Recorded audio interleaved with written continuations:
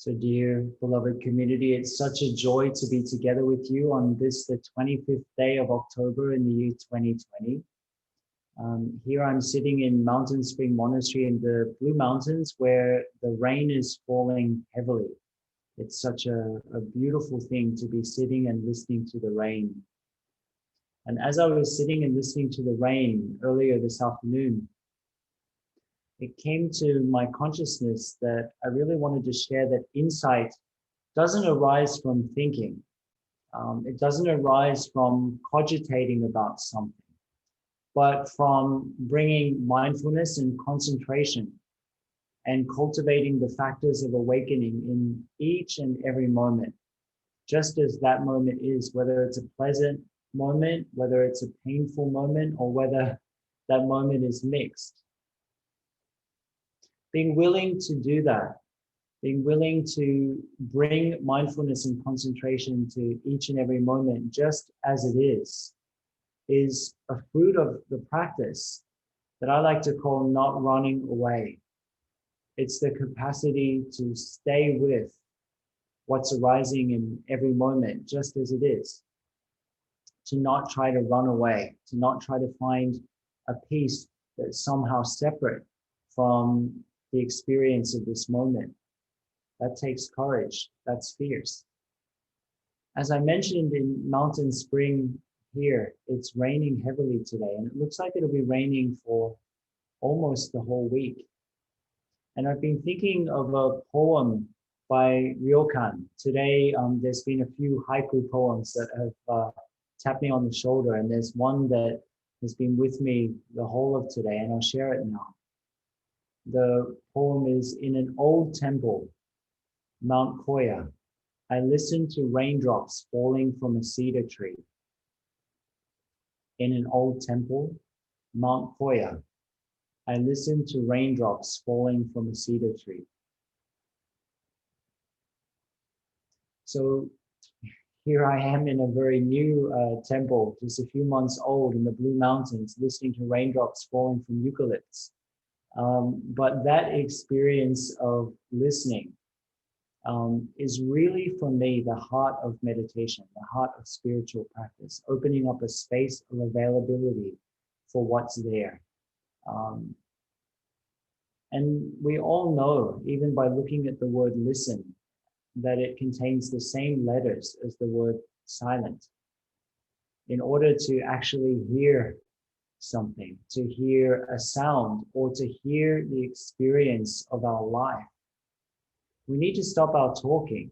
We need to close our mouth or close the continual narrative of our mind to just open this space of availability for our lived experience. So at its heart, for me, I feel that meditation practice is about learning to listen to each and every experience of our life, of opening a space of availability for what's there, of being able and willing to look deeply into each and every experience, allowing ourselves to be called forth. So this evening, we're going to be continuing on with the third poem in the Atthakavagga, the Book of Eights. It's hard to believe that we've been exploring together and looking deeply into the Book of Eights for about 6 weeks now. So the time is flying. I'm personally enjoying it so much. This text is so rich and so deep, and at best, I can only offer a few very simple pointing out instructions that I hope will be helpful. So this third poem, which is sometimes called the poem on the corruptions of the mind, is the first poem in the Book of Eights in the current collection that we're looking at that has its focus on views. The last two poems, as you'll recall, focused on different aspects of craving or thirst or this longing to become something. And I feel that in a way, it's perfect timing for us to be looking over the next couple of weeks at views, for us to be exploring views and attachment to views and positions, given the intensifying of views that are swirling around at the moment, political and otherwise. The third poem in this collection focuses mainly on exploring philosophical or religious views. So while we were looking at the Noble Eightfold Path in a previous series of teachings, we explored what's meant by the practice of developing right view in Buddhism. Right view is the very first step and actually the fruit of the cultivation of the Noble Eightfold Path. Right view is the starting point and the foundation of the entire path, and it's a guide for all the other factors.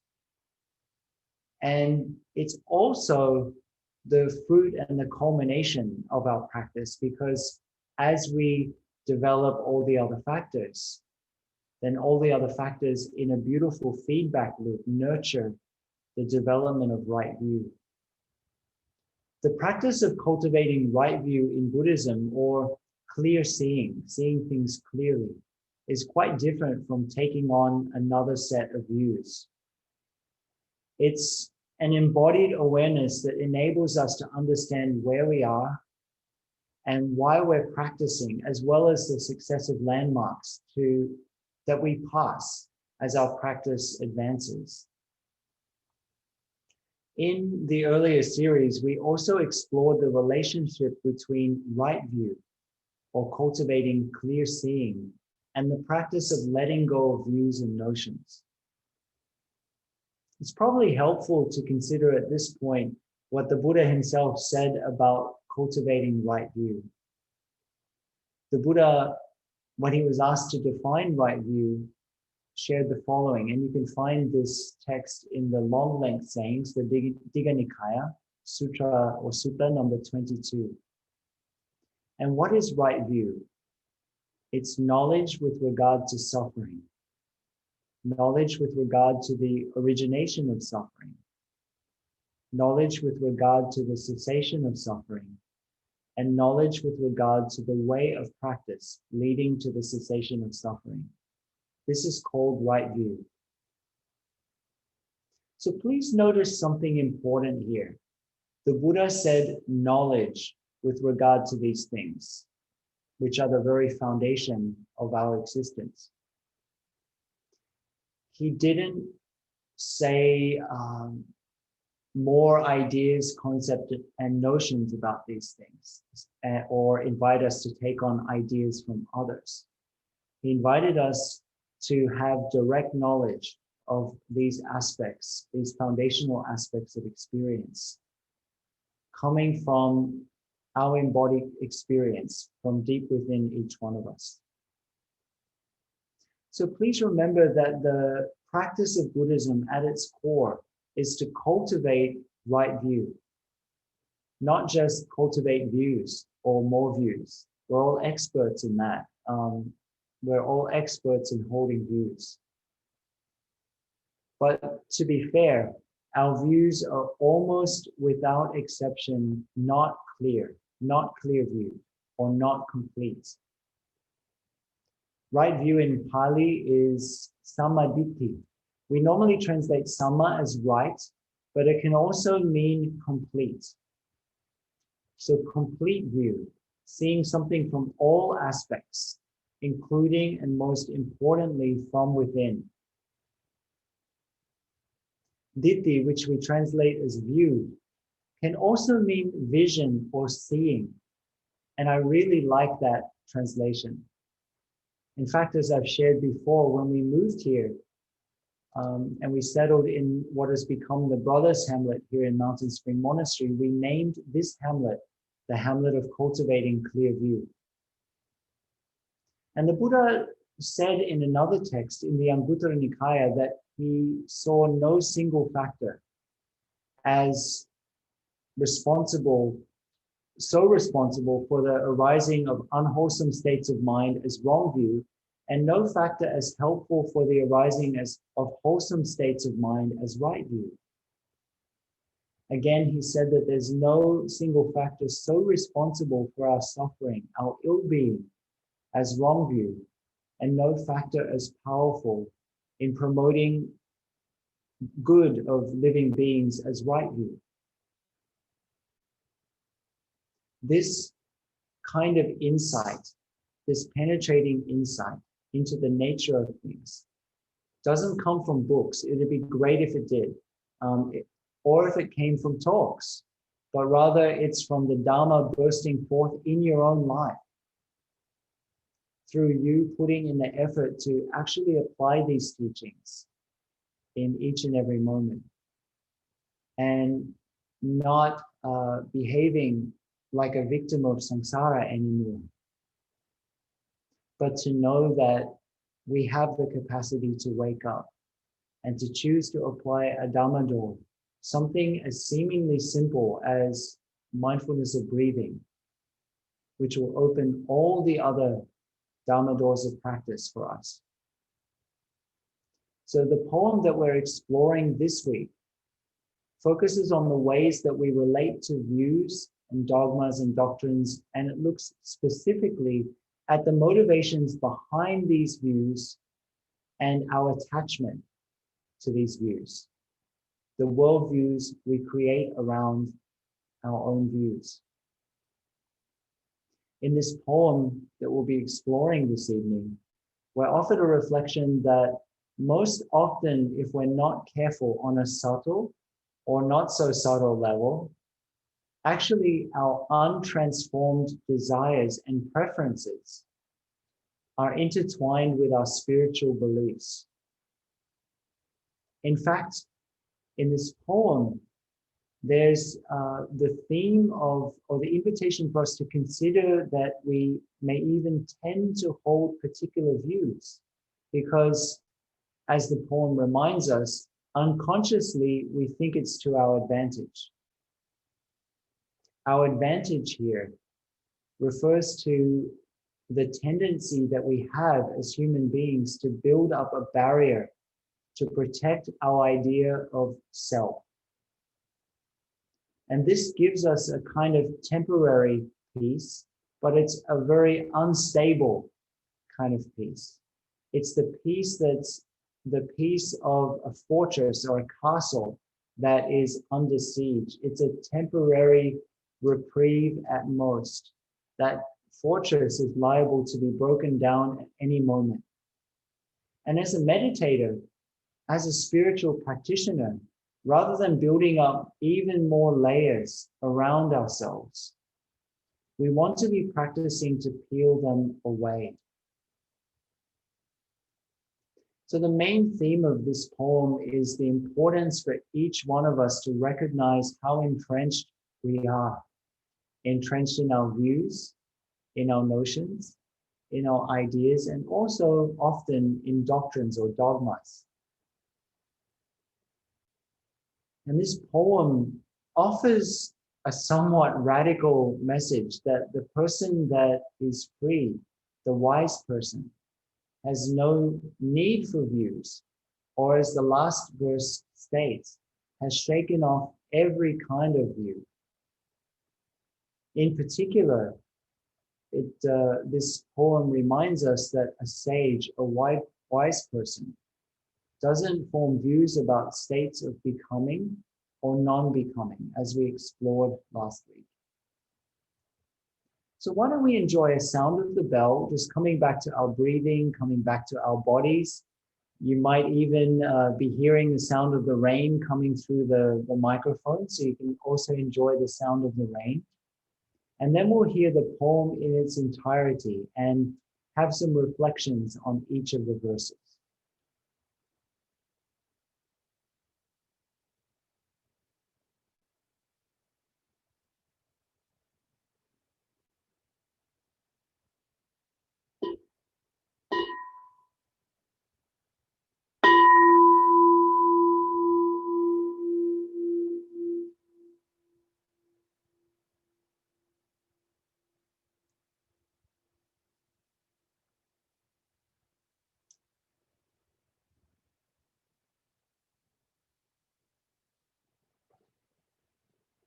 So the third poem. Some enter debates being corrupted at heart. Others debate with their hearts set on truth. A sage, a wise person, enters no debate, regardless of the issue.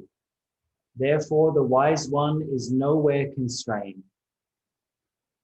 Now, how would a person led on by their desires, entrenched in their likes, forming conclusions from this basis, overcome their own views, since they view them as reality?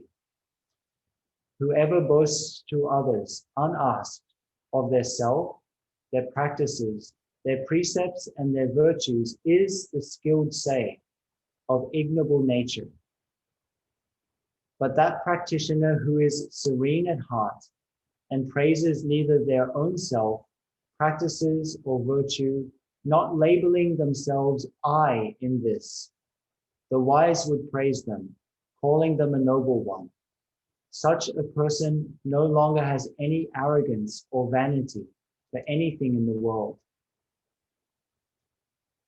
Those whose doctrines arise from their own unpurified thinking, giving preference to these imagined, constructed, and conventional views when it is to their self-advantage. Such a person relies on a peace that can easily be shaken. Entrenchments in views are not easily overcome, especially when one considers what doctrines we grasp onto. In fact, that's usually why someone embraces or rejects a doctrine, in light of these very entrenchments themselves. Now, one who is cleansed does not form preconceived views about states of becoming or not becoming anywhere in the world. Having abandoned conceit and illusion, by what means would they continue on, since they're no longer caught up in attachment? The one who is still attached enters into doctrinal debates. But if one is unattached, how could they take sides? For such a person with no self and nothing that is opposed to the self, embraces nothing, rejects nothing, and shakes off all views, relying on none. So, dear community, I do see the irony in reading this incredibly powerful transmission of wisdom from the heart of the Buddha about shaking off all views. And then here I am sharing my views about this poem, which is about letting go of all views. So please, please also enjoy the irony. So we'll have a little look at each verse, going through and sharing a few pointing out instructions of each verse. So the first verse reads, "Some enter debates being corrupted at heart. Others debate with their hearts set on truth. The wise person, the sage, enters no debate, regardless of the issue. Therefore, the wise one is nowhere constrained." So it'll probably come as no surprise to any of you that I used to be in debate club when I was in high school. And I loved traveling around to debate various issues. There were times that we'd know the topic in advance, but other times we'd only find out the topic when we arrived at the venue. And then by a coin toss, we were either to support the topic or to argue against it. So debate here, in the context of this poem, doesn't mean debate club, but rather it means setting ourselves up with a fixed position on something. When we hold a fixed position, this poem reminds us it's usually based on our entrenchments. A good way to identify entrenchment is when we notice that there is a sense of an other, a they, whether it's a they of another person, a group of people, a nation, a political view, or even it's just another person's opinion, and we have a sense that that's other, and we close down to it, or we be closed down by becoming defensive, and we experience it as separate. In our evening sitting meditation chant in Plum Village, we hear the line, "Body, speech, and mind are one in stillness. There is no more thought of right and wrong." our minds and bodies dwell in perfect mindfulness, and we rediscover our original nature, leaving the shore of illusion behind. In this first stanza, corrupted at heart means not seeing clearly and operating from our own habit energies rather than from insight. As we read in the second of the 14 mindfulness trainings of the Order of Interbeing, we are determined to avoid being narrow-minded and bound to present views. We're committed to learning and practicing non-attachment to views. We're aware that the knowledge we presently possess is not changeless, absolute truth. Insight is revealed through the practice of compassionate listening, deep looking, and letting go of notions, rather than through the accumulation of intellectual knowledge. Truth is found in life, and we will observe life within and around us in every moment, ready to learn throughout our lives. So a notion is an idea that we've taken on from others, but that we've not necessarily discovered for ourselves or embodied in our own lives as a lived reality. And this is actually quite scary for many of us if we look deeply into how we cling onto notions and ideas. Since we usually tend to think of the spiritual life or spiritual practice or of insights in terms of attainments, rather than as we're invited with the worldview that's presented in the Book of Eights, as a continual practice of letting go of ideas, of identifications, of notions, and of things. A couple of years ago, I had the opportunity to visit Great Vow Zen Monastery in Oregon for a gathering of Buddhist teachers. And one afternoon, we were enjoying a walking meditation. And we took a walking meditation to a shrine that's on the grounds of that monastery called the Shrine of Vows. It's a very beautiful wooden shrine in the middle of a clearing in the forest, where friends who go there on retreat have a chance to paint their vows, their aspirations on tiles and place them as art within that shrine. I took a photo of one of the vows that was there, and I found it, because I found it incredibly insightful. It read, "I vow to attain nothing." And in the first verse of this poem, we find a very similar insight and invitation to that vow, and also the invitation of the 14 mindfulness trainings of the Order of Interbeing. An invitation to do what we most often don't want to do on a deep level, despite how we try to convince ourselves otherwise. To let go of accumulated layers and uncover the wisdom within, to not take on even more views and fixed positions. Buddhism, and more particularly the practice of cultivating right view, is, as I've said earlier and repeatedly, not taking on another set of views, but rather having the courage to look deeply into the deep roots of all of each and every one of our deeply held and dearly beloved views, and to realize that they're merely lenses through which we categorize our experience and create ideas about truth, or about reality, or about ourselves, or about others, rather than touching reality itself.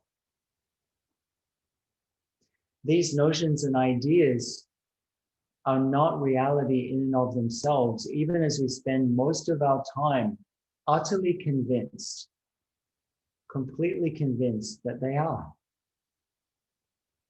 In this stanza also, we find a reflection of a later teaching, a teaching that blossomed and developed, and we find quite strongly in the Zen tradition. The teaching of being a true person with no fixed position. In the records of Master Linqi, Master Rinzai, the founder of our lineage, he was one of the greatest Zen masters. We read the following. At that point, a monk came up and asked, what is the true person of no position? And the Master Linqi, Master Rinzai, stepped down from the meditation platform, grabbed the monk and said, speak, speak. What is the real person with no position? The monk was confused. Master Rinzai let go of him and said, the real person with no position is no more than dried excrement on a stick. You can read the entire exchange in Tei's, our teacher's wonderful book, Zen Battles. So Tei, in these talks that he gave on the records of Master Linqi, which later became that book, Zen Battles, says in part, the word position in the sentence in the story above, it actually says a person of no position, is often understood to mean our status in society. We live our whole life thinking our feelings and our flesh are the sum total of our true person. Our true person has no position, is not inside or outside, is not tricked by birth and death, by coming and going, by having or not having, by what we do or what we don't do.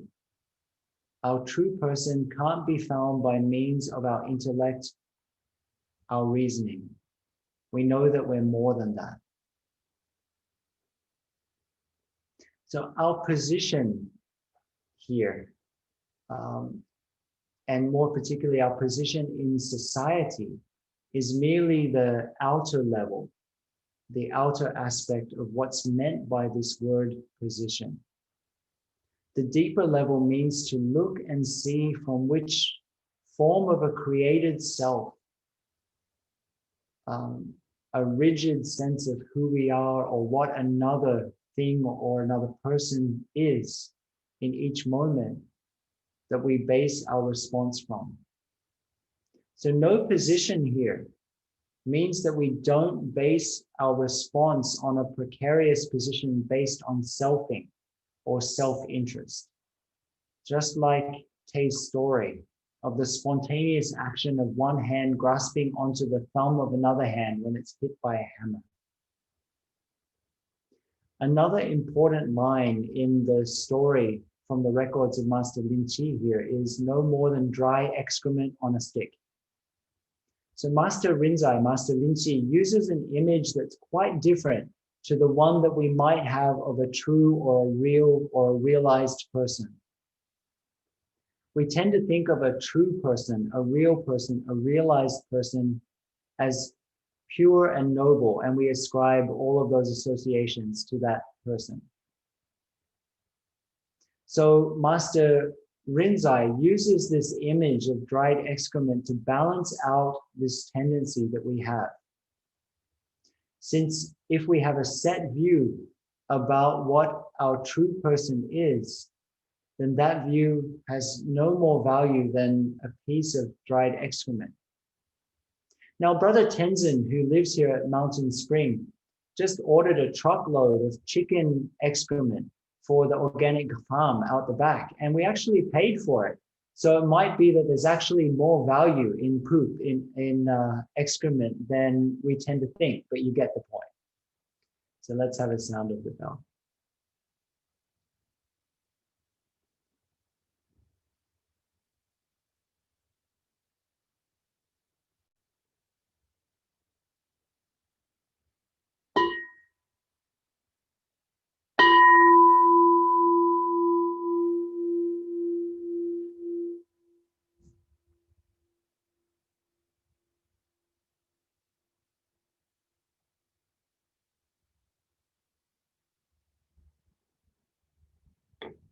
Let's continue on with verse 2. Now, how would a person led on by their desires, entrenched in their likes, and forming conclusions from this basis, overcome their own views, since they view them as reality? So here in this verse, we go a little bit more deeply into seeing how, if we haven't cultivated sensitivity and discernment to what's arising in our consciousness in each and every moment, and also, I would say, considering what's arising in every moment with a grain of salt, asking ourselves, am I really sure? Then it's actually our desire, whether it manifests in terms of greed, of ill will, or of confusion, of not seeing clearly, that actually gives rise to many of our views and positions. The positions that we call reality or truth or the way things are, but then in actuality are quite far from it. In the discourse on youth and happiness, we read a very interesting verse. If we think that we're greater, if we think that we're less than, or we think that we're equal, we cause dissension. And this current stanza, this current verse in the poem helps us to understand the gatha that the Buddha offers in this discourse on youth and happiness. Since here we understand that most of our positions, most of our views, rather than manifesting from inside, actually arise out of our desires and our attachments to our likes, our dislikes, and a fixed position of who we are and who another person is in every moment. When we consider a later poem in the text, we'll reflect on the three complexes of greater, less than, and equal in some greater depth. But for now, we'll just continue on with verse 3.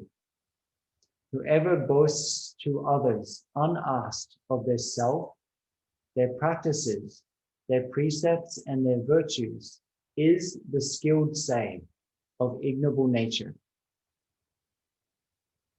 Wouldn't it be a better place if everybody practiced exactly like us?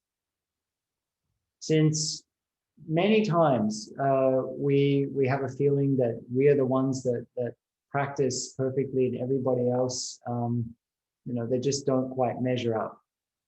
Here we have this invitation in quite a strong way to let go of the idea of our own superiority, or to think that we're somehow better than others, or to have an idea of our practice as something that we create a whole self around, a whole identity around, a whole set of positions and notions and ideas and rituals around. In a very famous sutra that's called the Sutra of 42 Chapters, which was the first text, it said, translated into Chinese. Wonder if anybody knows what the second one was. That's right. It was my beloved sutra, the Discourse on the Eight Realizations of Great Beings. It was translated by Master Anshikao. In the Sutra of 42 Chapters, which is dearly beloved in the Chinese traditions, we read a very pertinent verse. The Buddha said, my Dharma is the mindfulness that is both mindfulness and non-mindfulness. It's the practice that is both practice and non-practice.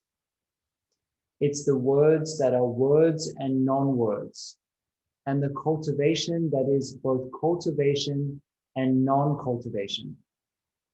Those who understand this are near to it. Those who are confused by this are far away indeed. It is not accessible by the path of language. It's not hindered by physical objects. If you're off by a hair's breadth, you'll lose it in an instant.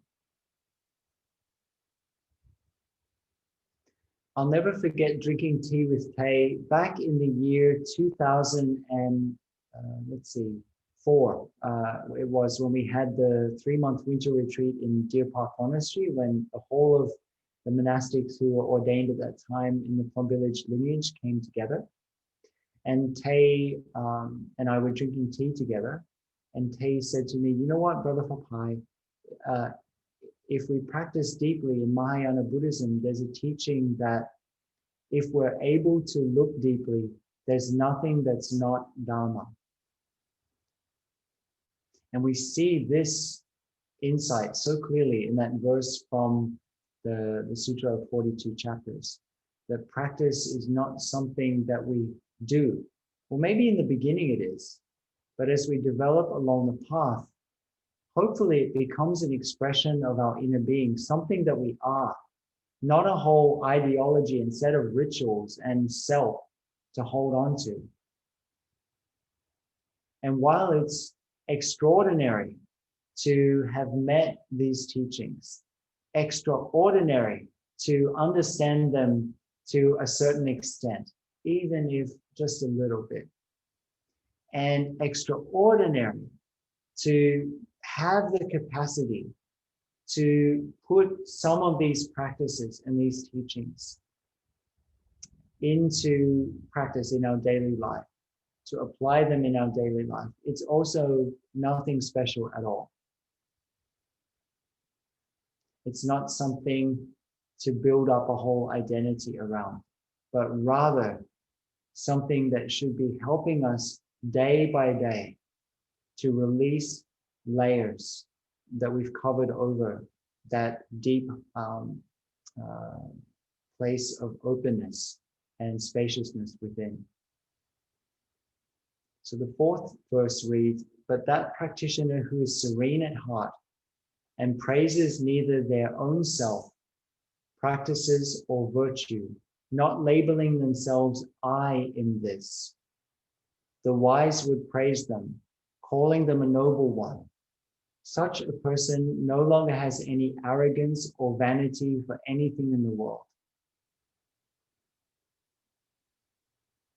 When I read this, I was reflecting on the fact that if we're not careful and attentive, the shadow side of our practice is that it can become a lot about ourself. My peace, my joy, my happiness, my positions, and my views. Or as I like to share it, it can become a lot about the Holy Trinity of the I, the me, and the my. As meditators, on our journey, the journey of our heart is the journey from the small I to the big I. In China, there's a very famous koan. In fact, when we were traveling in China, there was even a song that was made about this koan, a question for reflection. Nian fo shi shui? Nian fo ti tui, I think it is in Vietnamese. Who is the person that's reciting the Buddha's name? Who is the one? Who is the person who is reciting the Buddha's name? As we practice with this question, with this koan that has no logical answer, many insights emerge, but one of the insights is that there's no such thing as a separate self. We are. Our peace, our happiness, our well-being is the peace, happiness, and well-being of everybody. And the same is true of suffering. Here in this verse, we're being asked to reflect on examining our approach to our practice and also the way in which we engage with our daily life. What framework do we use? A framework of I am doing this for you, which arises from a sense of separation, or perhaps one of the complexes that we explored earlier. And that way we have a sense of the I in every action that's referred to in the verse above. One of the most famous sutras in the Mahayana tradition, in the Diamond Sutra, we read about a bodhisattva, and more specifically, a bodhisattva action being to work to rescue all living beings, to benefit all living beings, but at the same time, understanding that in reality, not a single living being has been saved, has been rescued or benefited. The seed of that insight is found here in this verse, and it's a deeply transformational practice to consider in each action whether we're selfing in some subtle or less subtle way. Also in this verse, there are three interesting frameworks presented which relate to the three basic unwholesome roots in Buddhist psychology. There's arrogance mentioned, and arrogance arises from the root of ill will, a closing down of the heart, a firming up of a superior position of some form. There's vanity, which arises out of this root of greed, and then praising oneself, arising out of delusion, of confusion. Because if we're praising ourselves, then there's this idea, this notion of ourselves as a separate self, as separate from everybody else. So these three qualities, these three frameworks are not the same as, I don't want anybody to get a wrong idea here and take the wrong end of the stick that Master Rinzai was describing earlier. That wouldn't end well.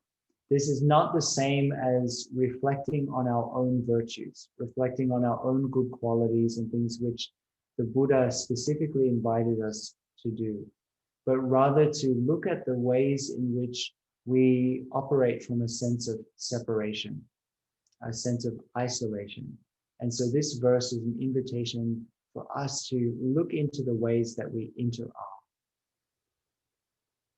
So verse number 5, those whose views or doctrines arise from their own unpurified thinking, giving preference to these imagined, constructed, and conventional views when it is to their self-advantage, such a person relies on a peace that can easily be shaken.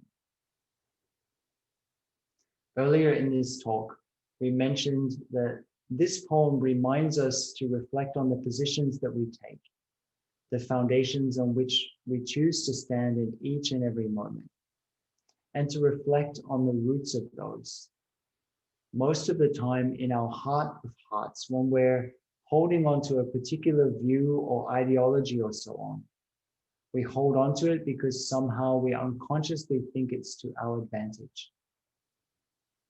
Self-advantage in this verse here refers to the tendency that I shared earlier to build up a barrier created of our views, our positions, and so on, which we operate out of in order to both create and to protect our idea of ourselves. And this does bring about a kind of peace, which actually, as I mentioned earlier, is a kind of a peace that's under siege all the time. And funnily enough, by doing this, we actively co-create and nurture quite diligently, in fact, the root of our own suffering, just as through actually applying these teachings, we can actively co-create the roots of our own liberation. The fortress that we've built up so diligently is liable to be broken down at any moment, even with things such as new information or new discoveries. As we read in the 14 mindfulness trainings, we don't think that the knowledge we presently possess is changeless absolute truth. We understand that truth is found in life, and we're ready to observe life within and around us in every moment, ready to learn throughout our lives. I can't think of anything more important, more radical, and possibly for some of us more frightening than that statement, that invitation, that commitment in the 14 mindfulness trainings.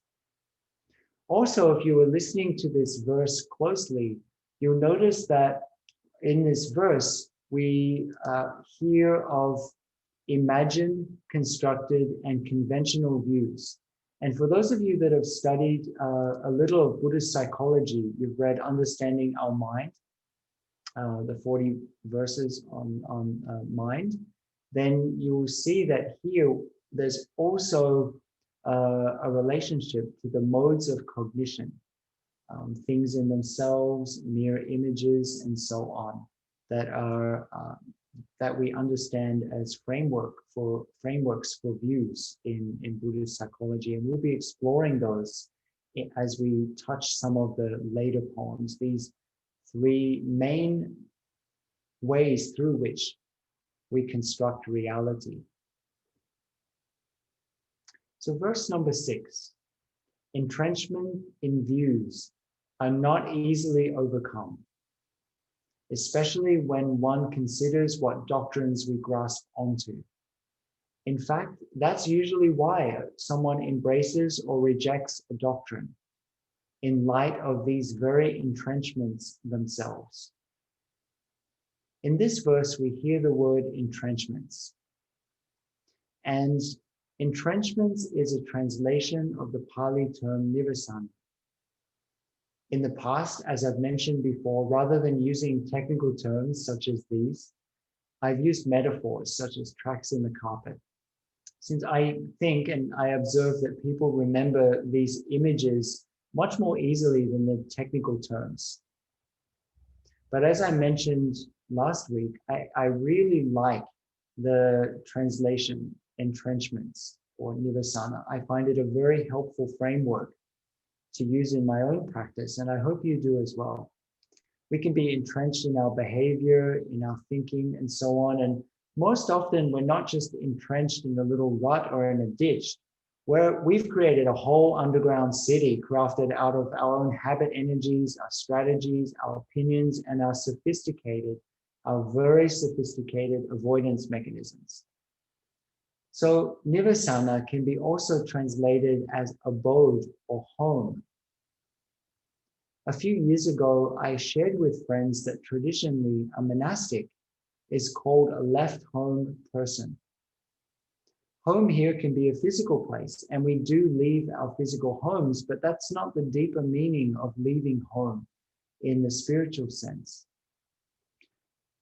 Leaving home on a deeper level is an invitation to reflect on what we habitually return to and call home, whether it is in terms of our ideas or perceptions or behaviors and so on, that place where there are small comforts, and to discover, to be willing to push the envelope to discover our real home in each and every moment. So in this verse, we're invited to look at which views and notions we've made ourselves a home out of, and ask ourselves why we've done that. We're also offered a very surprising reflection in this verse. We're told that often the very practices or views or dharmas that we hold on to and believe as true, notice that it's believe as true, not experience as true. There's a very important distinction there. That we reject as false actually arise or tend to arise out of these very entrenchments themselves. That if we're not careful and discerning, we can actually try to use the Dharma in a way that supports our entrenchments rather than to transform them. I think one important reflection here is to consider whether we're challenging ourselves and our assumptions each and every day, or whether we feel ill at ease, irritated, scared, defensive, and so on when something challenges us or our assumptions and opinions. Speaking of the Dharma, in the Diamond Sutra we read, because that person is not caught in the idea and notions of a self, a person, a living being, or a lifespan. They are not caught in the idea of a Dharma or the idea of a non-Dharma. He or she is not caught in the notion that this is a sign and this is not a sign. Why? If you're caught in the idea of a Dharma, then you're also caught in the ideas of a self, a person, a living being, or a lifespan. If you're caught in the idea that there is no Dharma, you're still caught in the idea of a self, a person, a living being, and a lifespan. That is why we should not get caught in dharmas or in the idea that dharmas do not exist. This is the hidden meaning when the Buddha says, bhikshus, monks, you should know that all of the teachings that I give to you are a raft. All teachings must be abandoned, not to mention non-teachings. Let's enjoy the sound of the bell.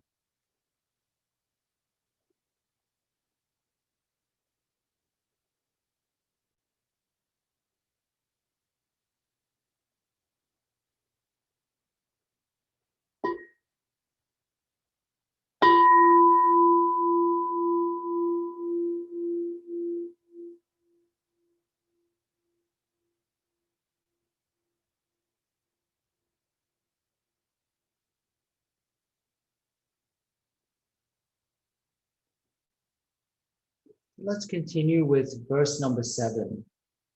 Now, one who is cleansed does not form preconceived views about states of becoming or not becoming anywhere in the world. Having abandoned conceit and illusion, by what means would they continue on, since they're no longer caught up in attachment? So please remember that the world here is not only the world outside, but the world inside. And when we're talking about continuing on, we're not only talking about physical birth, but the birth of new states of becoming, which can be ideas or notions or new forms of a notion of self. In the first line of this stanza, the word cleansed refers to having our views cleansed through clear seeing, of asking ourselves over and over again in each and every moment, am I sure? We also have an invitation to look at the ways in which we may have preconceived notions about becoming or not becoming. Since we've discussed and reflected on becoming and not becoming quite a lot in previous talks, I'll focus on the other aspect today, which is to look at our preconceived notions. The capacity to meet each moment as a new moment is called in Buddhism the beginner's mind. And in this sentence here, we have this invitation.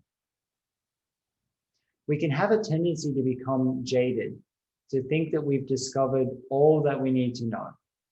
The interesting thing is that if we're attentive, then just when we think we've discovered everything, just when we think we've discovered everything we think we can discover about a particular experience or person or idea, whether it's our breath, our step, a mental formation, another person, or so on, there's always something more to discover.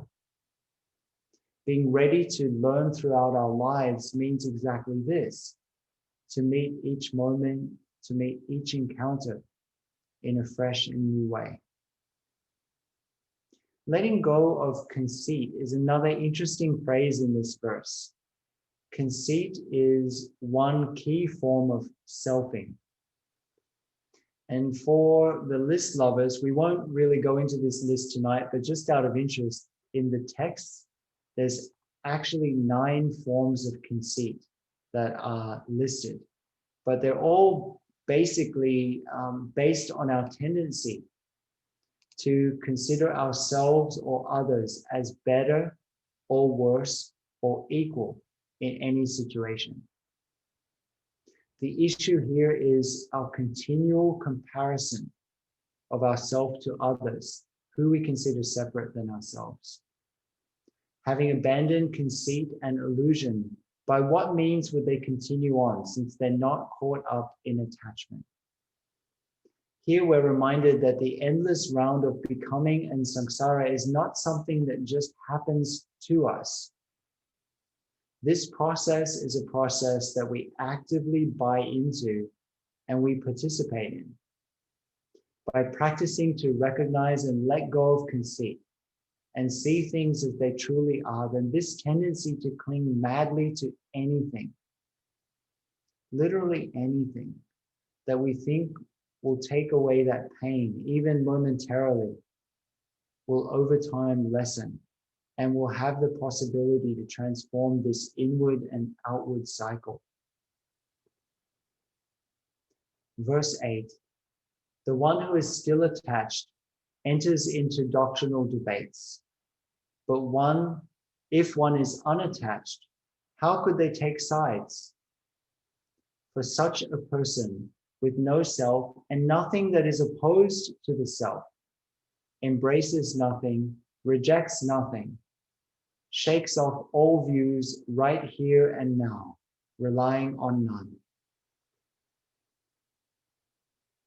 So in this final verse, we're offered an invitation to consider the various ways that we move away from the middle path into an either or an or mentality, with no self and nothing that's in opposition to the self, because either of these positions would be a position based on this thirst for becoming or for getting rid of. Embracing nothing, but also rejecting nothing. This final verse includes a strong statement that the wise one has shaken off views right here and now. And this is a strong reminder that we're not practicing to attain something in the future, but rather to touch it right here and right now. This is one of the most important Dharma seals of Plum Village practice, that the thing that we're looking for is and needs to be available for us right here and now. There's so much in this beautiful poem that we'll be exploring together over the next 2 weeks. At best, what I could offer in the time that we have together are a few pointing out instructions, and I hope that you will spend the next 2 weeks reflecting on the poem yourself and uncover some of the deep and profound layers of meaning for yourself. I hope that you've enjoyed this talk this evening. It's certainly been a joy to be together with everybody. Let's end with the sound of the bell.